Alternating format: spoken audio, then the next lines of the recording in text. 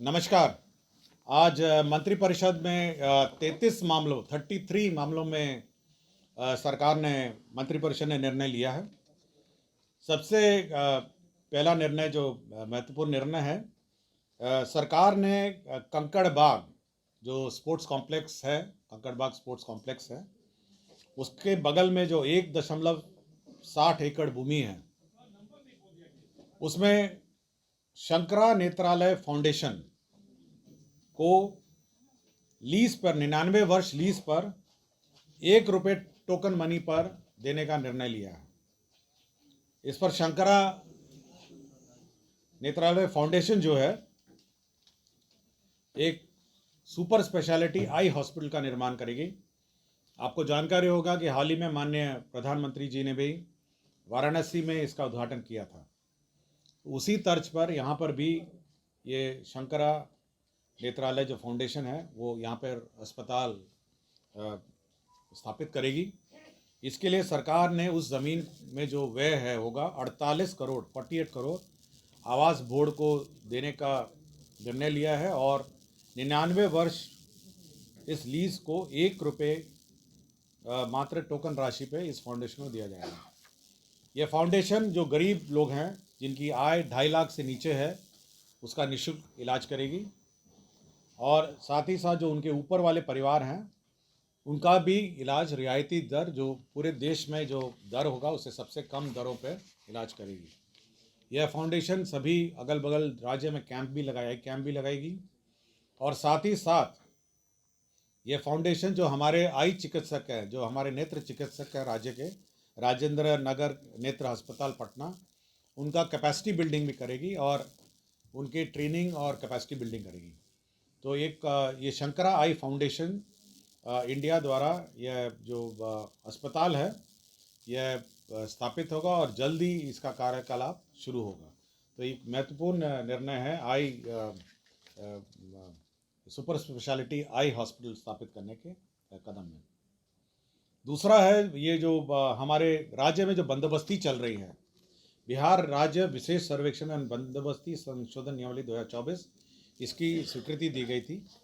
इसमें जो बंदोबस्ती के जो डेडलाइन डेट्स थे जिस कारण से लोगों को समस्या हो रही थी उसमें परिवर्तन किए गए हैं ताकि लोगों को सहूलियत हो। जैसे जो स्व घोषणा समर्पित करने के लिए अवधि विस्तार करते हुए 180 कार्य दिवस का समय दिया गया है। राजस्व ग्राम के मानचित्र सत्यापन के लिए 90 कार्य दिवस, रैयतों से दावा या आक्षेप प्राप्त के लिए 60 दिवस और रैयतों से प्राप्त दावा और आक्षेप निपटारे के लिए 60 दिवस। मैं डिटेल्स मैं आपको उपलब्ध करा दूंगा, लेकिन जो टाइमलाइंस हैं जिसके कारण से लोगों को भागदौड़ करनी पड़ती थी, समय पे अपना कागजात जमा नहीं करने पड़ते थे, उसके टाइमलाइन में संशोधन करते हुए 180, 90, 60 कर दिए हैं। जो पूर्व में 15 दिन था, कुछ 30 दिन थे, कुछ 60 दिन थे। तो मैं आपको डिटेल आपको दे दूंगा, मैं आपको पूरा डिटेल दे दूंगा कि कब से है। ये स्व घोषणा समर्पित करने की अवधि को विस्तार करते हुए 180 दिन कार्य दिवस कर दिया गया है। तो यह एक महत्वपूर्ण निर्णय है। हमारी जो सर्वे सेटलमेंट में लोगों को परेशानी हो रही है उसमें अब अच्छा समय मिल जाएगा अपने दस्तावेज और आपत्तियां दर्ज करने के लिए। टूरिज्म सेक्टर के 2 योजनाएं पर राज्य सरकार ने निर्णय लिया है। पहला है कैमूर जिला अंतर्गत करमचट इको टूरिज्म। कैमूर जिला में एंड एडवेंचर हब है। इसको विकास करने के लिए 49 करोड़ 73 लाख रुपए यह व्यय होगा। 49 करोड़ 73 लाख। ये कैमूर के जो वन्य प्राणी अभयारण्य है, जो हमारे ये जो फॉरेस्ट है, वहाँ एक पर्यटक स्थल है और काफ़ी पर्यटक वहाँ आते हैं और इसको state of the art tourism facility देने के लिए eco tourism and adventure hub के रूप में विकास करने के लिए कैमूर जिला अंतर्गत करमचट इको टूरिज्म, इसमें 49 करोड़ 73 लाख की योजना स्वीकृत की गई। और जो दूसरी टूरिज्म सेक्टर में जो योजना स्वीकृत हुई है वो सहरसा जिला अंतर्गत जो मत्स्यगंजा झील है। आपको देखा होगा मत्स्यगंजा झील बिल्कुल सहरसा जिले के बिल्कुल जिला मुख्यालय के बीच में है। उसके पास पर्यटकीय सुविधा के लिए 98 करोड़ 65 लाख रुपए जो झील के का सौंदर्यीकरण है, झील के अगल बगल टूरिज़्म फैसिलिटी विकसित करने के लिए 98 करोड़ 65 लाख में या जो पर्यटक सुविधा है वह स्थापित होगी। शिक्षा विभाग में जो हमारे महादलित एवं अल्पसंख्यक वर्गों को जो अक्षर आंचल योजना कार्यक्रम है, जिसमें विभिन्न टोलों में महादलित टोलों में और अल्पसंख्यक टोलों में जो शिक्षा सेवकों का मानदेय है वो नियमित रूप से भुगतान नहीं हो पा रहा था, क्योंकि उसको हम लोगों ने नॉन प्लान जो प्रतिबद्ध व्यय में रखा हुआ था और उसको रेगुलर करने के लिए उसको योजना मद में उसको ट्रांसफ़र कर दिया गया है और इसके लिए 8 अरब 90 करोड़ 14 लाख का इस वर्ष उसका प्रोविज़न भी किया गया है, ताकि समय पर इनका वेतन भुगतान किया जा सके। इनका नॉन प्लान मद में रहने के कारण इनका वेतन मद में समस्याएं हो रही थी, तो अब समय पर ये महाविद्यालित एवं अल्पसंख्यक वर्ग के जो कर्मी हैं अक्षर आंचल योजना के अंतर्गत उनको अब वेतन देय होगा। मैं आपको डिटेल दे दूँगा। राज्य के सभी राजकीय आयुर्वेदिक होम्योपैथिक यूनानी चिकित्सा महाविद्यालय अस्पतालों में अंतर्वासी रोगियों इंडोर पेशेंट्स के लिए जो उपचार होता है उसमें जो जीविका दीदी की रसोई जीविका द्वारा दीदी की रसोई संचालित होगी और दीदी की रसोई के माध्यम से इन सभी में जो शुद्ध एवं पोषक भोजन की व्यवस्था होगी। ऑल राजकीय आयुर्वेदिक होम्योपैथिक यूनानी महाविद्यालय और अस्पतालों में जहाँ पर भी इंडोर पेशेंट की फैसिलिटी है। सामान्य प्रशासन ने का एक प्रस्ताव था जिसमें आपको याद होगा कि बिहार लोक परीक्षा अनुचित साधन नियमावली 2024 ये एक्ट एक बना था, जो बिहार लोक परीक्षा अनुचित साधन निवारण अधिनियम 2024 अंतर्गत जो एग्ज़ाम में चीटिंग या अवैध जो कार्य करते हैं उन पर कड़ाई करने के लिए जो प्रावधान किए गए थे, उसी के जो रूल्स हैं वो स्वीकृति दी गई है। उसमें कौन अथॉरिटीज़ होंगे, क्या प्रोसीजर होगा, तो ये सब पूरा डिफाइन किया गया है उस एक्ट के अंतर्गत। फाइनेंस डिपार्टमेंट के 2 महत्वपूर्ण एजेंडे पे आज निर्णय हुआ। पहला है जो बिहार फाइनेंस अमेंडमेंट रूल है, इसमें जो प्रोक्योरमेंट प्रोसीजर है उस प्रोक्योरमेंट प्रोसीजर को आसान किया गया है और विशेषकर इसमें जो भारत सरकार का जो GFR है जनरल फाइनेंस रूल्स 2017 भारत सरकार का, उसमें जो प्रावधान थे वो हमारे BFR में नहीं थे।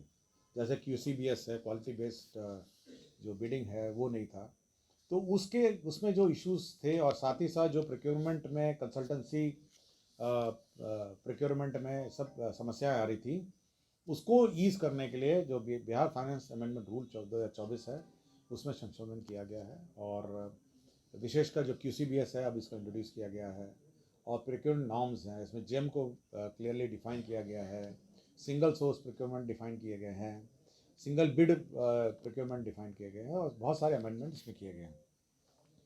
दूसरा, स्कीमों में जो स्वीकृति की प्रक्रिया है, जो शक्तियों का प्रतियोजन है, उसके संबंध में भी विस्तृत दिशा निर्देश एवं संकल्प पर आज स्वीकृति हुई है। इसमें सैंक्शनिंग लिमिट पे नहीं है, किंतु जो प्रोसीजरल इश्यूज हैं उस पर स्वीकृति दी गई है। मैं आपको डिटेल उपलब्ध करा दूँगा।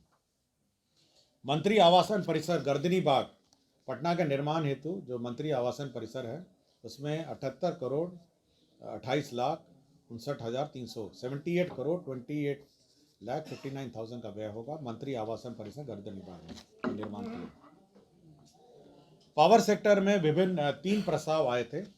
उसमें पहला है north Bihar power distribution company limited के क्षेत्राधीन जिलों के अंतर्गत 42 अदद 33/11 kVA 2/10 MVA क्षमता के नए विद्युत शक्ति उपकेंद्र तो सब स्टेशंस बनेंगे, जिसमें 454 करोड़ 53 लाख रुपए व्यय होंगे। ये सब स्टेशन का व्यय होगा। दूसरा है 74 अदद 33 kVA फीडर जो ACSR वुल्फ कंडक्टर से R&M करने के लिए बेसिकली कंडक्टर रिप्लेसमेंट है। 135 करोड़ 67 लाख रुपए इसमें व्यय होंगे। तो कंडक्टर रिप्लेसमेंट 74 कंडक्टर रिप्लेसमेंट है। और तीसरा है आपका नॉर्थ बिहार में क्षेत्राधीन विभिन्न अंचलों के अंतर्गत 295 किलोमीटर के 29 अदद 33 केवीए नए लाइन निर्माण, जिसमें 82 करोड़ 55 लाख रुपए व्यय होंगे। तो 3 प्रपोजल्स हैं एनर्जी सेक्टर के, जिस पर राज्य सरकार ने स्वीकृति दी है। पथ निर्माण विभाग के भी प्रस्ताव आए हैं। पथ निर्माण विभाग के 2 प्रस्ताव थे।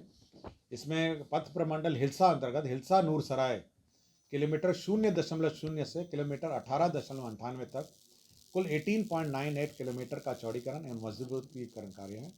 इसमें 139 करोड़ 99 लाख 7,000 रुपये व्यय होंगे और ये SH4 है। और ये SH4 से प्रारंभ होकर करियावा, थरथरी, आस्था, करजामा, गौरपुर, सालेमपुर आदि जगहों होते हुए नूरसराय, चंडी, सोरसराय पथ 10वें किलोमीटर तक जाती है। तो ये पथ का स्वीकृति हुआ है। पथ प्रमंडल सुपौल में renovation work Indo Nepal border road Saraigarh Gardiha चौक से रिफ्यूजी कॉलोनी यह स्वीकृत हुआ है। इसमें जो विचाराधीन 2 लेन पथ का निर्माण इंडो नेपाल बॉर्डर पथ परियोजना के तहत किया गया था। पथ का DLP समाप्त होने के बाद, जो लाइफ उसका समाप्त होने के पश्चात, इसका अनुरक्षण पथ प्रमंडल सुपौल द्वारा किया जा रहा है। वर्तमान में NH 106 का कार्य प्रगति में है, जिसके कारण से सिलीगुड़ी तथा पटना की तरफ से नेपाल बीरपुर जाने वाले भारी वाहनों का आगमन इसी पथ से होता है। तो इसी के रख रखाव और इसके का रेनोवेशन का कार्य किया जाएगा।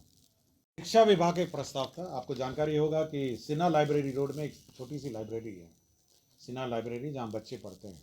लाइब्रेरी में बैठ के कॉलेज के और विभिन्न कॉम्पिटेटिव एग्जाम में, ये शिक्षा विभाग के अधीन है। अब इसमें इसी कैंपस में एक G+7 का एक विशाल, एक बहुत बड़ा लाइब्रेरी होगा। इसमें लाइब्रेरी होगी, कंप्यूटर लाइब्रेरी होगी, लड़कियों के लिए अलग फ्लोर है, लड़कों के लिए अलग फ्लोर है। साथ ही साथ लाइब्रेरी का विस्तार है, कैंटीन है और इसमें कम से कम 2-3 हज़ार बच्चे किसी भी समय यहाँ पे लाइब्रेरी का उपयोग कर सकते हैं। और ये देर रात तक खुलती है और ऑलमोस्ट साल के सभी दिन ये खुलती है। तो एक अच्छा सा एक लाइब्रेरी, हमारे सेंट्रल लाइब्रेरी बच्चों के लिए, स्टूडेंट्स के लिए होगा G+7 का। और इसमें 67 करोड़ 60 लाख 47 हज़ार रुपये इस पर व्यय होंगे। जल संसाधन विभाग में भी योजनाएं स्वीकृत हुई थी। इसमें 2 योजना स्वीकृत हुई है। इसमें पुरानी गोवारी वियर के स्थान पर नए गेटेड RCC वियर का निर्माण कार्य, प्राकृतिक राशि है 96 करोड़ 80 लाख 26 हज़ार प्रशासनिक स्वीकृति है। ये लल बकेया नदी पर पूर्व से निर्मित वियर ढाका नहर परियोजना के नाम से जाना जाता है। इसी में ये योजना का कार्यान्वयन होगा। दूसरा योजना है दोन शाखा नहर के 0.0 किलोमीटर से 93.75 किलोमीटर तक पुनर्स्थापन कार्य, प्राकृतिक राशि 76 करोड़ 40 लाख 95 हज़ार रुपये। यह दून नहर तिरहुत मुख्य नहर के 2.04 किलोमीटर बायां से निस्सृत है तथा इसकी कुल लंबाई 93.75 किलोमीटर है एवं अंतिम छोर से नेपालपुरी नहर तक घोड़ा साहन शाखा नहर निकलती है। तो इसी पर यह निर्मित होगा। मंडल कारा अरवल भवन का पुनरीक्षित प्राक्कलन आया था, जिसमें 38 करोड़ 31 लाख 21 हज़ार रुपये व्यय होंगे। स्वच्छ भारत मिशन और लोहिया स्वच्छ बिहार अभियान है। इसमें आपको जानकारी होगा, विभिन्न गांव में जो सफाई का काम करते हैं, सॉलिड वेस्ट मैनेजमेंट है, नालियों की सफाई है और सफाई से गांव को साफ सुथरा रखने की जो योजना है, इसमें 5635 ग्राम पंचायतों में यह ठोस एवं तरल अपशिष्ट प्रबंधन की व्यवस्था 1 जनवरी 2025 से 31 दिसंबर 2025 तक किए जाने में 354 करोड़ 354 करोड़ का व्यय हुआ। और ये पूर्व में ही होता रहा है, लेकिन राशि के अभाव में ये बीच में ये डिस्टर्ब हुआ है। तो 1 साल की योजना स्वीकृत की जा रही है और इसके अंतर्गत जो अव्यय होंगे, उसमें रिक्शा है, उसमें लोगों का मानदेय है और विभिन्न कंपोनेंट है, जिसके अंतर्गत यह सॉलिड वेस्ट मैनेजमेंट नाली की सफाई होगी। प्रधानमंत्री आवास योजना ग्रामीण अंतर्गत संविदा में जो हमारे कर्मी नियोजित हैं, उनको वेतन का समस्या होता था और ये पहले भारत सरकार का जो केंद्र अंश मंच है उससे होता था, तो कम पड़ गया है। तो अब राज्य सरकार अपने मत से 139 करोड़ रुपए राज्य संसाधन मत से इसका व्यय करेगी। पीआरडी जनसंपर्क विभाग के 2 प्रस्ताव थे जो आप लोगों से संबंधित है। और सूचना एवं जनसंपर्क विभाग में जनसंपर्क एजेंसी पीआर एजेंसी का जो चयन होगा वो उसमें QCBS quality and cost based selection पद्धति होगी। पहले जब L1 में होता था लोएस्ट मिनिमम में, तो उसमें सिलेक्शन में बहुत ही अच्छी कंपनियां नहीं आ पाती थी। अब क्वालिटी बेस्ड सिलेक्शन एजेंसी के चयन में होगा। तो जो पीआर एजेंसी है उसका चयन अब क्वालिटी बेस्ड जो पद्धति है उसमें होगा। साथ ही साथ जो सूचना जनसंपर्क विभाग में जो सोशल मीडिया एजेंसी है, जितनी सोशल मीडिया आज भी इस प्रेस कॉन्फ्रेंस में उपस्थित हैं, तो पहले L1 में अगर चयन होता है तो बहुत कठिनाई होती है और क्वालिटी में भी कॉम्प्रोमाइज हो जाता है। तब सोशल मीडिया एजेंसी का भी quality and cost based selection पद्धति के आधार पर चयन होगा। स्वास्थ्य विभाग में 2 काडर का परिवर्तन किया गया है। स्वास्थ्य विभाग बिहार पटना के अंतर्गत बिहार परिचारिका संवर्ग नियमावली 2019 को निरस्त करते हुए बिहार परिचारी संवर्ग नियमावली 2024 का गठन किया गया है। इसी तरह दूसरा एक संवर्ग है स्वास्थ्य विभाग का उपचर्या शिक्षण संवर्ग नियमावली 2019 को परिवर्तित करके बिहार उपचर्या शिक्षण संवर्ग नियमावली 2024 का गठन किया गया। अब पद सृजन के मैं प्रस्ताव लेता हूँ। पद सृजन में जल संसाधन विभाग के कार्य के निष्पादन के लिए तकनीकी परामर्श प्रदान करने के लिए अभियंता प्रमुख मुख्य अभियंता के समकक्ष एक तकनीकी परामर्शी के गैर संवर्गीय पद का आदेश निर्गत की तिथि से 2 वर्ष के लिए अस्थायी रूप से सृजन है। जयप्रकाश नारायण जो विश्वविद्यालय है छपरा में कुल 8 स्नातकोत्तर में 24 शिक्षण एवं 8 शिक्षणोत्तर कर्मियों के पद यानी 32 पद तथा भोला प्रसाद सिंह महाविद्यालय भोरे में गोपालगंज में 14 शिक्षक एवं 10 शिक्षकोत्तर कर्मी के पद यानी 24 पद, BMA कॉलेज भेड़ी में 12 शिक्षकों के पद एवं मुरक्का कॉलेज भागलपुर में 4 शिक्षकों के पद अर्थात शिक्षक कुल 54 पद तथा शिक्षकोत्तर कर्मियों के 18 यानी कुल 72 पदों के सृजन की स्वीकृति प्रदान की गई है। डॉक्टर APJ अब्दुल कलाम में भी 2 पदों का सृजन हुआ है। इसमें के अधीन अभियंत्रण तकनीकी सलाहकार का 1 पद और विज्ञान सलाहकार का 1 पद। ये जो अब्दुल कलाम APJ कलाम का साइंस सिटी उसमें 2 पद सृजन हुए हैं।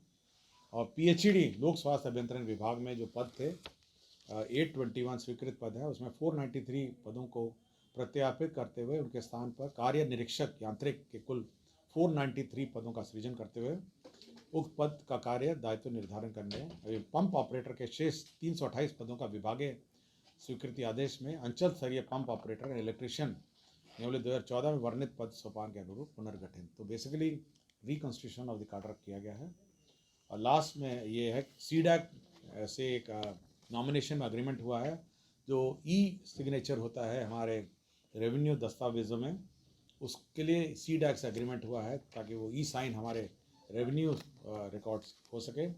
और बिहार कृषि सेवा के कोटि के 8 मापतोल के समूह क एवं समूह ख के पद सृजित हुए हैं। इससे बिहार कृषि सेवा के जो मापतोल के पद हैं अब सभी जिलों में होंगे। पहले कुछ ही सिलेक्टेड जिलों में थे, अब सब जिलों में माप। हमसे जुड़े रहने के लिए हमारे YouTube चैनल को सब्सक्राइब करें और नई वीडियो की नोटिफिकेशन के लिए बेल आइकॉन को दबाएं।